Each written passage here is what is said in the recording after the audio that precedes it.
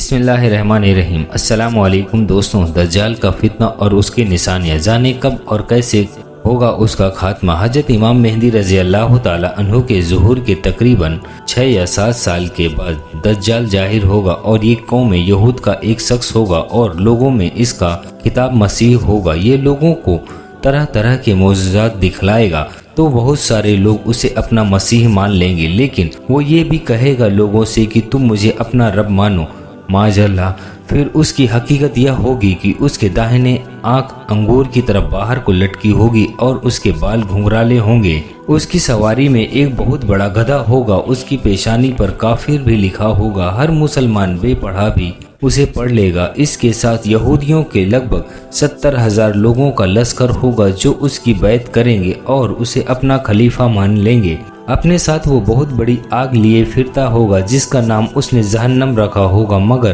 دراصل وہ جنت ہوگی، اور ایک بہت بڑا باغ جس کا نام اس نے جنت رکھا ہوگا مگر اصل وہ جہنم ہوگی، اس کو لیے وہ پھرتا ہوگا اور ہر جماعت کے لوگوں کو مخاطب ہو کر کہے گا، اپنی خدائی کا دعویٰ بھی کرے گا۔ جو اس کو خدا کہہ دے گا تو وہ اسے جنت میں، اور جو نہ مانے گا تو وہ اسے اپنی جہنم میں ڈال دے گا۔ پوری دنیا میں گشت کرے گا، محض 40 دن کا ہی وہ دنیا میں رہے گا، مگر اس کا پہلا ایک دن 1 سال کے برابر، اور دوسرا دن 1 مہینے کے برابر، اور تیسرا 1 ہفتے کے برابر ہوگا۔ باقی کے 37 دن عام دنوں کے برابر ہوں گے۔ جب یہ بات صحابہ کرام رضی اللہ تعالی عنہ کو خبر ہوئی تو سب نے حضور صلی اللہ علیہ وسلم سے پوچھا کہ اللہ کے رسول صلی اللہ علیہ وسلم، ان دنوں میں جب کہ ایک دن 1 سال کے برابر ہوگا تو نماز کیسی پڑھی جائے گی؟ تو آپ صلی اللہ علیہ وسلم فرماتے ہیں کہ قیاس کر کے سال بھر کی پڑھنی ہوگی۔ در حقیقت یہ اللہ تبارک و تعالیٰ کی طرف سے ہر مومن کی بڑی آزمائش ہوگی۔ جب یہ ظاہر ہوگا تو اسے 2 سال پہلے سے ہی دنیا میں اکال پڑا ہوگا اور اناج کی بے حد قلت ہوگی،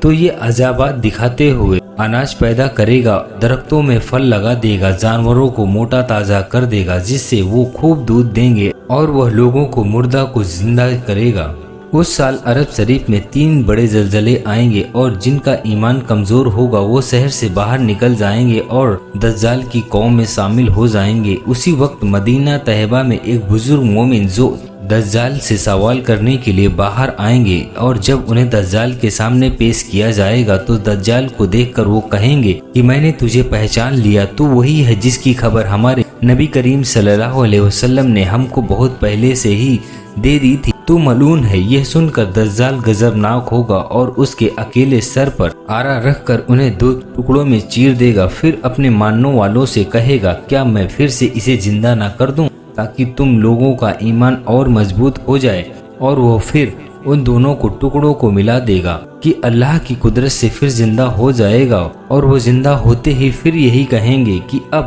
تو میرا ایمان اور پہلے سے زیادہ پکا ہو گیا ہے۔ میرے پیارے نبی صلی اللہ علیہ وسلم نے سچ ہی کہا تھا کہ تمہیں وہ مار کر واپس زندہ کرے گا، اور حدیث کی کتابوں میں بھی اس کا ذکر ہے، تو ملعون ہے اور تو دجال ہے۔ پھر وہ یہ سن کر شدید غصے میں آ کر ان کو مارنے کی کوشش کرے گا، مگر اللہ اکبر،